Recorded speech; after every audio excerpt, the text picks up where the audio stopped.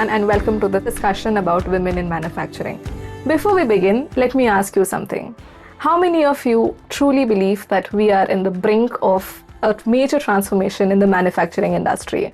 Women constitute up to 23.9% of urban India's manufacturing workforce. Now, this is a promise, right?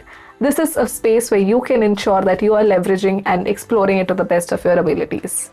And the companies that ensure and take maximum advantage are the ones that are going to flourish in the future. Demand for women in manufacturing has tripled over the last 12 months.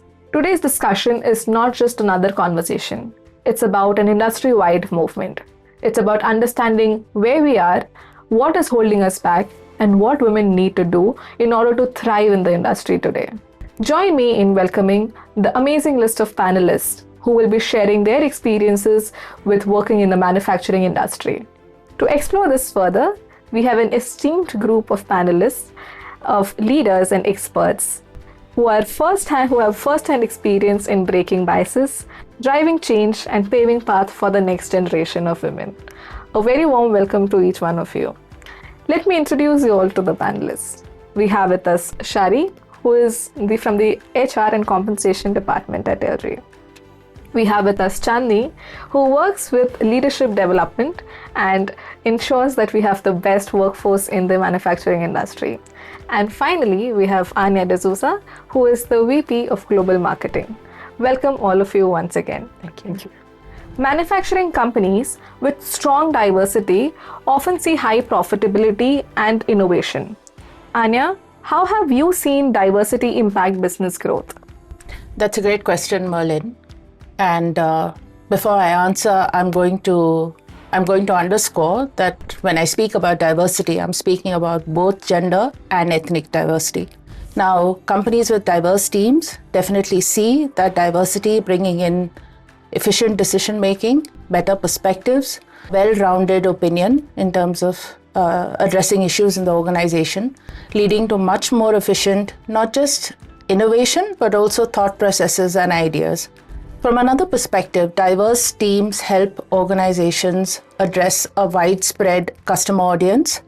Diverse teams are able to understand customer requirements from all over the globe, for example, way better. They're able to address them more efficiently.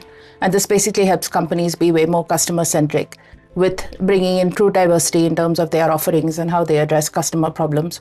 I think the last part here, which is critical, is that organizations committed to diversity mandates do stand out from a reputation standpoint as being socially responsible. This attracts investor, customer, and potential employee attention. You've got lower attrition, you've got employees that are more satisfied with their workplaces, and ultimately you're also saving cost. Shaari, you will have something to add here about how can a company work culture be truly inclusive, as Anya mentioned, not just with diversity, but as well with gender diversity, but also with ethnic diversity. I think there are two most critical parts when it comes to having an inclusive culture. So first being your leadership. So leadership has to be committed to the agenda of diversity because they are the ones who set the tone for the organization, and they are the ones who, lead by examples, and that's how it cascades down within the organization. That being the first part. Second being creating an environment where employees feel valued and respected equally. This becomes extremely important. Then you can have your policies and practices which support these initiatives. So it could be certain kind of trainings like identifying unconscious biases, or maybe having policies around leaves, ensuring that people have appropriate leaves to address this issue, and also certain flexible work arrangements. So these are certain practices which can help organization achieve an inclusive culture. That's very rightly said, Shaari. I completely agree with you. Moving on to you, Chandini.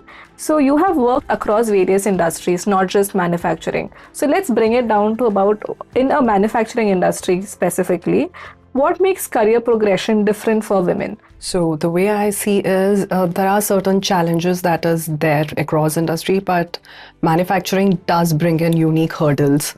While we do see women in leadership in other industries, but in manufacturing, it's really less.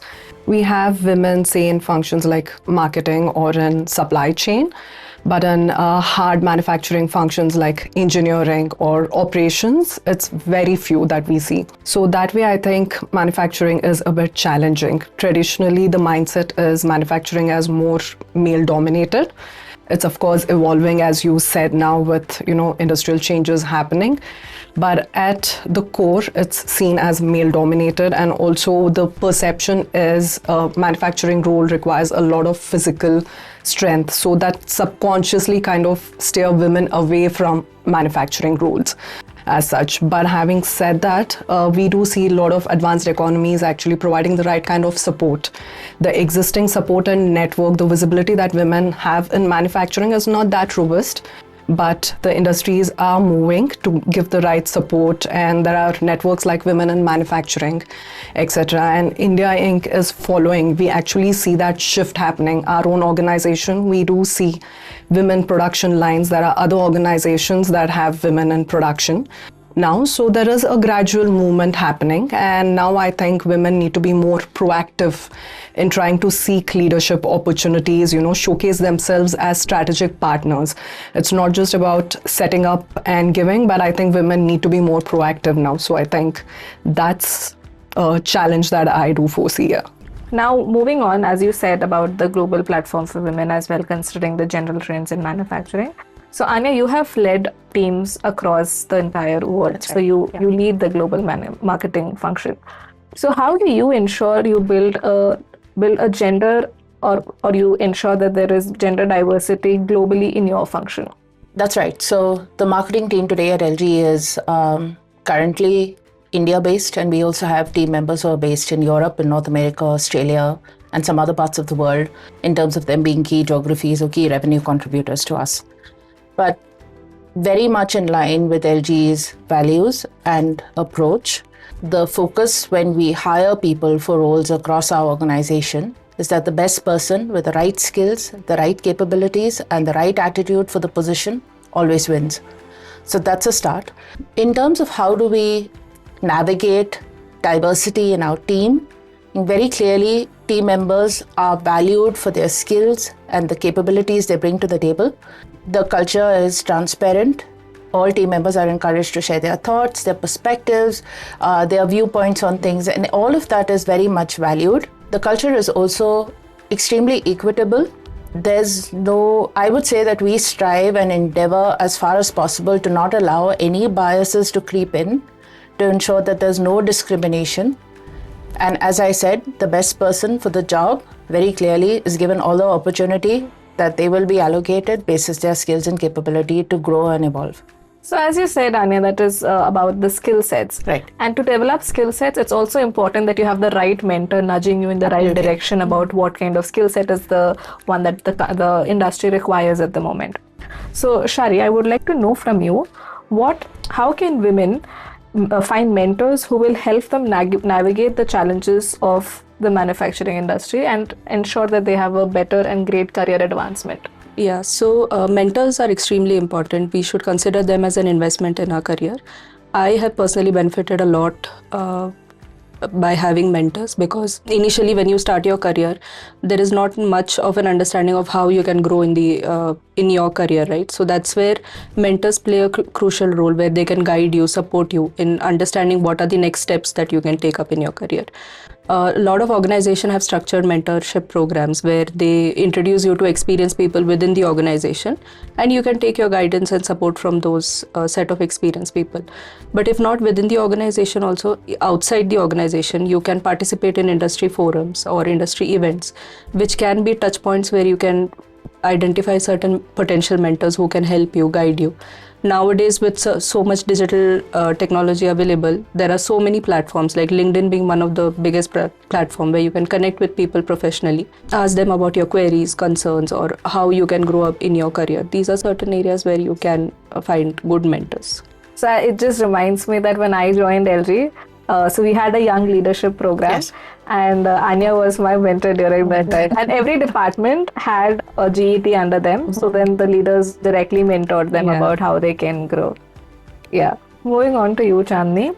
So, how can women in manufacturing stand out and position themselves for leadership opportunities? I think the key is basically having credibility and visibility. So credibility is more with the work that you're doing, the skills that you present. So firstly, being a technical expert or expert in your own function kind of really helps. Your expertise is your leverage. So secondly, also, raising your hands for participating in cross-functional projects or taking any projects that has a business impact kind of also showcases your skills in terms of adaptability, problem solving, that kind of is very important. So creating your own credibility and adding to what Shaari said in terms of visibility, having visibility, creating your own network, be it within the organization or outside your organization, and creating, having your own set of peer group, your own mentor is definitely something that is very key. And I think also visibility in terms of, women, we normally shy away from speaking about our own successes. I think we really need to be vocal about that as well. So I think credibility and visibility are key towards, progressing in anybody's career for that matter. Yeah. So talking about progressing in careers, I feel, Anya, you have you have made a lot of progress when it comes to manufacturing, women in manufacturing. You lead the global team. So what are some of the leadership lessons you have learned while navigating a traditionally male-dominant industry? I think that's something that all of us women want to be extremely deliberate about. I'd say the first point is really being confident, own your decisions. As Chandini said, raise your hands to take on projects if indeed you see it contributing to your career path, and be sure that you're strong in terms of what you're delivering and what your mandate is. So confidence is one.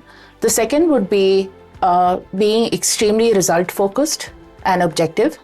Achieving results in terms of your mandates ensures that you don't just build credibility in your organization, but over a period of time, you also build a very strong reputation as being someone who's extremely skilled and on top of your game. So that's the second. The third would really be navigating with resilience. Along the way, you are going to come across biases. I think it's really up to each one of us as women to pick and choose our battles. You don't always, while you do advocate for other women, sometimes there's a need to really focus on your goal, your path. I think there's a saying that I believe in which says, follow the river and ignore the birds. So you basically want to stay extremely focused.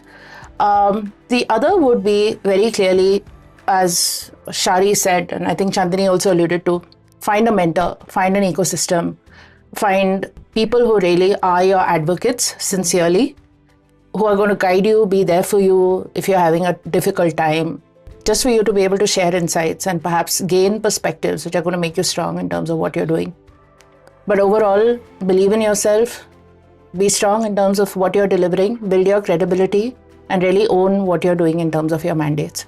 Thanks for sharing that, Anya. And on the 3 points that you just said, I would like to pick up on the second one and direct a question towards you, Chandni, about how can women upskill and prepare themselves in this ever-growing and ever-evolving industry of not just manufacturing, I think anywhere. As Anya rightly said, if you want to grow, you have to upskill and have your game right. So how can women upskill themselves? I think upskilling is something that's really non-negotiable at this point in time. Absolutely. We keep hearing this saying that what got you till here may not take you further. So I think upskilling is something really very important and non-negotiable in my point of view. And manufacturing, as you said, it's evolving right now. We have seen industry 2.0, etc. We are in the era of 4.0, 5.0 industry now. And there is a lot of change in terms of, it's not just automation and efficiency we are looking at, but it's all about, integrating the technology with people and your environment. So it's the whole lot of thing put together. So I think focusing on skills that is required in the future, be it AI or robotics or something specific like that in manufacturing, is very important for women. And also not only just the technical aspects of it, but also understanding, strategic thinking, building that analytical thinking ability, problem solving, and at the end of the day, the financial acumen plays a very important role as to how your function is actually impacting the business. So focusing on whole set of skill is very important if you really want to stand out and contribute. Shaari, would you like to share with us that what is the biggest misconception about women in manufacturing? See, with manufacturing, there's always a notion that you have to work with heavy machinery. But that's not true in today's age, because with a lot of automation and digital technology, you don't need that kind of physical strength for a lot of processes, which become accessible to women now. There are companies who are, into manufacturing of small parts, small components, where to assemble those you need very nimble fingers, which again acts as an advantage for women. So there are companies who are actually wanting to hire women employees for these kind of roles. And there was a recent study report that I was going through, and which said that in the apprenticeship program, due to the surge of demand of women for these kind of roles, now they are anticipating that the number of women apprentices would increase up to 40% by this end of the year. So which basically is showing that there are roles in the industry, but somewhere even women are sometimes feeling that, okay, there is that notion that, oh, there is a safety concern, or there are heavy machineries that you've worked to, but that's not true right now. We have a lot of examples of women in your operational production planning, supply planning kind of roles. So it is important to highlight those success stories within the organization, outside the organization. Look for mentors or look for people who have thrived very well in these roles, and take examples from them, and then look at what career path you can have. There is also a thing which says that, okay, if you join into a junior role, you may not eventually grow up in the career ladder, right? But there are so many organizations now where you have women in managerial leadership role or even technical leadership roles. So that is the thing which needs to be addressed, which organizations as well as women need to understand. And this possibly can be done by, as I mentioned earlier, by highlighting success stories, by coming together with institutes and colleges to explain more about what kind of roles are there in the organization. So these are certain things that can be done. My next question is for you, Chandini, and I wanted to understand, as Shaari had mentioned about the mindset that women, not just women, everyone in the industry has. So what do you think is the biggest mindset shift that women need to have to ensure that they accelerate in their careers? That's very interesting to think from that perspective. I think for me, the way I look at it, it's not just the women who need to have a mindset shift, but also the industry organizations as a whole. It's a whole level, it's at different level that we need to see this progression happening. For women, I think it's very important that, we take more strategic risks, be more confident, and be also ambitious. It's not wrong to be ambitious in your career. I think it's very important for women. And I read somewhere that many women, a basic example, like when you're applying for a job, you don't apply unless you match the 100% of the criteria mentioned, whereas men apply even if they match just 60%. So I think we need to get out of that and have that confidence in our potential, believe in our potential that, I have certain skills which I can transfer. It doesn't have to match 100% of the experience that is being asked. So I think this mindset shift is really required for women to believe in our own potential, believe in our skills, and have that ambition to grow in our careers as well. So that is one. And at the organization and society level also, I think especially in India, we see women are tagged with more traditional role, like, you're a homemaker, you're a mother, and where the priority takes a certain step, a certain things take a certain priority. I think that's where when I said it's not wrong to have ambition for women as well. And we do have examples now where we have women in leadership roles across industry. I would not just say manufacturing, but across industry. So I think that's a mindset shift that needs to happen. Yeah, just a couple of points that I think are important for us to touch upon. One is, I think a lot of families bring in a lot of bias when they're raising their children. Now, I was probably privileged to come from a family where my mother and father never told me that there was something I could not do, and hence there was no bias or limitation to what I wanted to do or what I could achieve. The second point is that I think women in organizations today are really tentative about owning their leadership styles.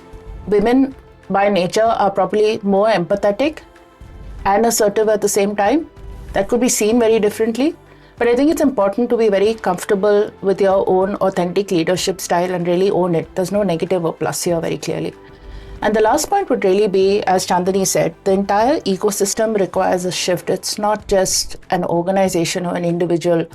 How we probably need to question ourselves about how well are women set up for leadership roles from an systemic point of view. I mean, do our ecosystems really permit women to go ahead and pursue their ambitions and their careers beyond a standpoint? Today, we're seeing the maximum dropout of women happen in the age span of about 35 to 40, which is when they have a lot of family responsibilities, etc. What are we doing to ensure that they are set up to balance work and their ambitions and their homes? What are we doing to bring women back to our workforces in the true sense of the word? So just some things to think about, which I think would really help us be more deliberate about how we're actually bringing women into leadership roles or ensuring that women really achieve their ambitions and their goals. How do you see this perception changing now with the time, as what Anya mentioned, what Chandni mentioned about there is a shift in the industry, the mindset, the whole ecosystem. So what do you think about how is the perception changing in today's time? As I mentioned earlier also that there's this notion that comes with manufacturing. You're working with heavy machinery or you're working, there are safety concerns. But with automation, with so much digitization happening, a lot of processes don't require that kind of, hard, like manual strength that or physical strength that is needed. So that makes it more accessible to women now. And I think it is more to do with what kind of practices that you want to inculcate in the organization that support more women to participate and stay within the organization for a longer period of time. As Anya and Chandni mentioned earlier, right? There is a certain age group of people who, after that age group, then they, due to family responsibilities or other things, they move out of the entire career itself. So what are organizations doing to ensure that these such things do not happen? So there are companies who have returnship programs, who have they reskill, upskill, but a very limited number of companies do that. So I think that is the shift that needs to happen, where you can identify that what is your exact problem area and then address that, make policies and practices in order to address that particular challenge. So good that you brought up the automation part at the very beginning of your response, because I think that's where I want to have your insights next. So with automation and AI transforming manufacturing, not just manufacturing, every domain that we look at today, right? Everything, there is some major shift happening because of artificial intelligence and automation coming in, whether be it manufacturing or, for example, marketing as well. So Anya, how do you think that women can prepare for this kind of leadership? And I think it's gender agnostic, it's not just women. How can anyone prepare for what's coming with the manufacturing shift, with the automation shift in the industry? And I think the first step will be to open your mind. There's a lot of fear that has sadly come about regarding AI, about whether it will take your job or whether you'll be made irrelevant or redundant. And I think people really need to look beyond that. So one, open your mind. Second, in your field of work, explore tools that can actually make you super efficient, the kind of value they can help you add to your work.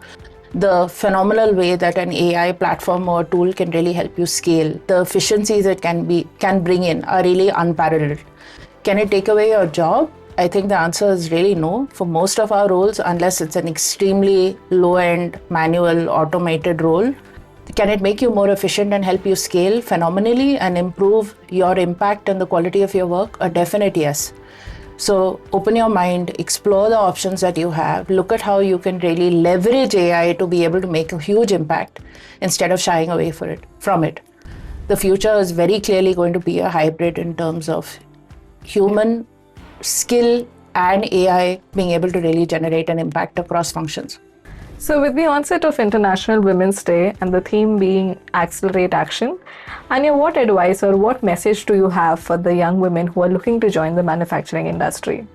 I think in a nutshell, it's about defining where you want to go and being authentic about it and going after your objective, your goals, Don't let anyone tell you you're too ambitious.